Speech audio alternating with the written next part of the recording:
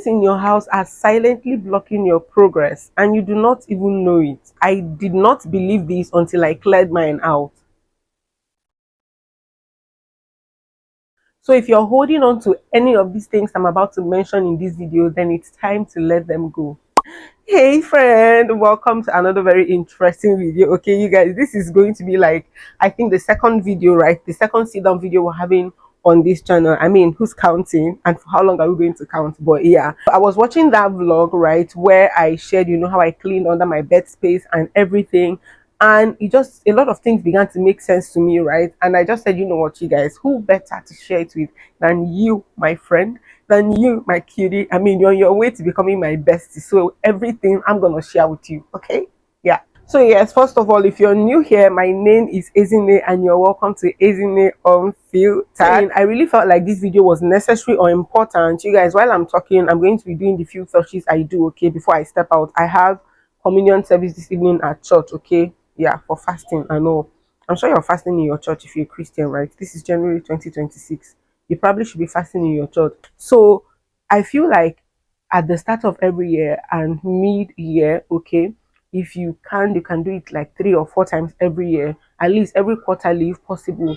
It is always very good to retrospect on things that we don't necessarily need around us, that is blocking positive energies, that is blocking the right vibes, that is blocking progress from coming your way. Sometimes you think the reason why you're not progressing or why everywhere or your day feels gloomy is because you don't have money, but actually the real reason is because your house, okay, where you got up from or where you get up from every single day and you step out to go for your activities, is in a mess and has things that should no longer be there. So I'm going to be sharing with you from my own perspective the things I think you should be getting out, that you should be letting go. If there are other things I failed to mention in this video, please share them in the comment section below. I'll be waiting to hear from you guys, and please remember to like this video, share, give a thumbs up, subscribe, so that we can hit 1,000 subscribers. People, we have less than 9 months to hit 1,000 subscribers and 4,000 watt hours, and I know I can make it happen with you guys.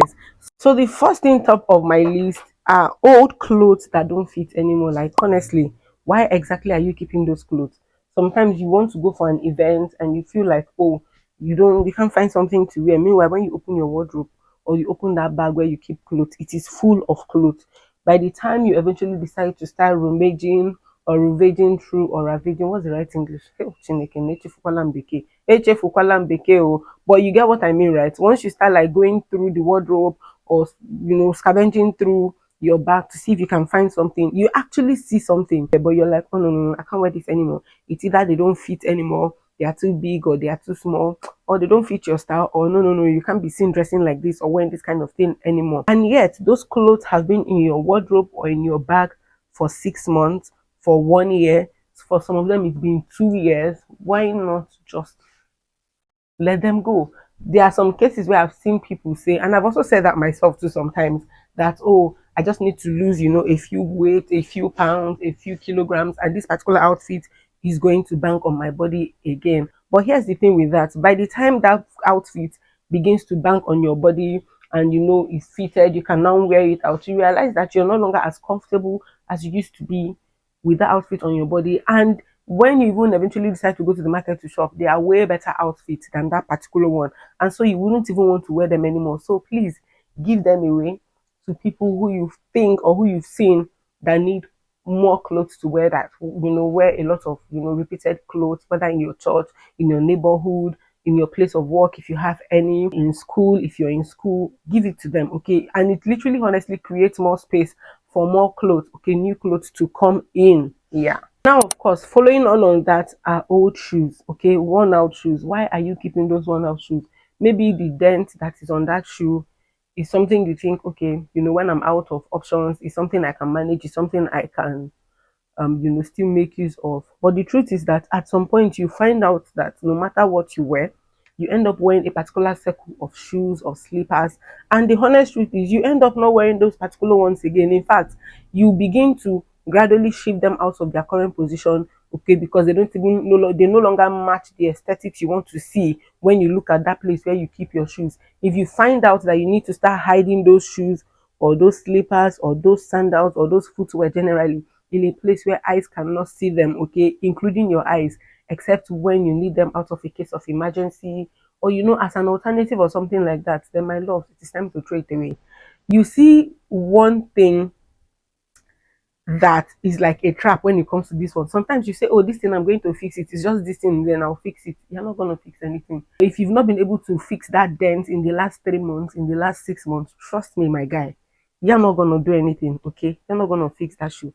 Throw it away. Like, I'm not a fan of giving people, dented shoes. You could give someone a dented outfit and they fix it, or you could somehow force yourself to fix a dented outfit and give it out to someone. But I am not a fan of fixing a dented shoe and giving it to somebody else to wear. Honestly, I feel it's not nice. Just let it go. Oh, and I've heard that there are some people in this neighborhood that keep broken plates. Maybe it's just a scratch, a little scratch, or a little pieces fell off the edge of the plate and you are keeping it. My dear, it doesn't look good at all.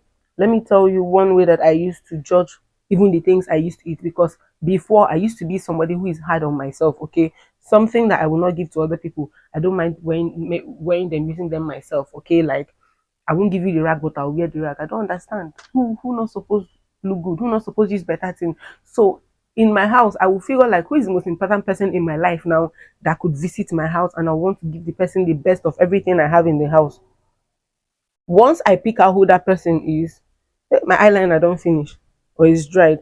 Once I pick out who that person is, the same utensils that I will use to serve that person when the person comes to my house is the same utensils that I'll begin to use.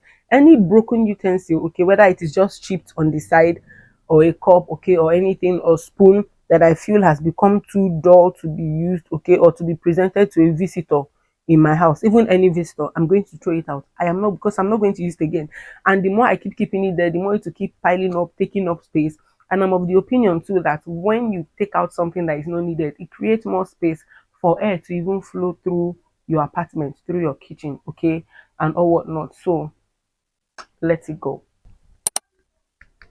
As a grown-up person that you are, I don't care whether you're 18 or 20 or 25 or 30, why should you have a broken mirror in your house? Okay, for even some of you that are Christians, that you go to church, you claim you are a spiritual person because you pray and stuff, but you keep broken mirrors in your house. Now, those things do not just have physical or decorative implications, but they also have spiritual implications, you guys. I mean, I'm not going to go into details of all that. If you would like a separate video on that, to know the spiritual implications of keeping things like broken mirrors, broken plates in your house, then please let me know in the comment section below, and I will be bringing that on to you immediately. But in this video, I'm just going to be saying, please, whatever you do, keep broken mirrors out of your house. They will even make your spirit unsettled. Sometimes the reason why you are sitting in your apartment, or you're just lying down or watching TV, but somehow you feel unsettled, is not because anybody is calling your name in the village or at your place of work, or they are gossiping about you or anything like that that you might be going through or you think you're going through. It could just be because of that broken mirror in your house. They have very deep spiritual implications that you honestly do not even want to know about. So go and throw it away. Now, you see this one, a lot of us, especially even our parents, are guilty of this particular one. Because tell me why an appliance is bad, okay? Maybe a fan, a TV that has been replaced. Sometimes it has not even been replaced, but it is broken. But it is so bad that you've taken it to the repair's place like 2 or 3 times, and yet it keeps breaking down. Like, if you go and fix the hand, by the time you come back, the neck will break. If you go back and fix the neck, this thing will break. And at a point, you can't even use it anymore. So you just keep it there at its position, or pack it to one side or one corner of the apartment or your house. And then you're just looking at it or staring at it every single day. My loves, and not just okay when it comes to household equipment, appliances, but also equipment, things like your phone pack. Why are you keeping it?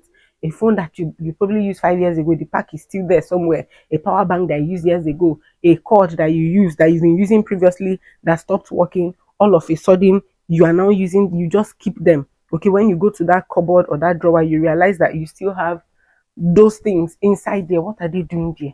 They are just occupying space where good things, where better things that you are using should be, and where better things should come into. There's a verse in the scripture that says this week they annoy me anytime I see them. If you follow me on Instagram, I ranted about it. Mm. There is a proverb, okay, I think it's a proverb or something in the scripture that says that you cannot put a new wine into an old wine sack. So you cannot bring something new into where an old one is or into an old container. So if you're expecting progress, if you're expecting good things, if you're expecting new things in your life, then it means that you have to be more intentional about letting go of other things that look like that new thing that you're expecting, or that might be taking the space of that new thing that you're expecting. And honestly, just let them go so that that new one can come in.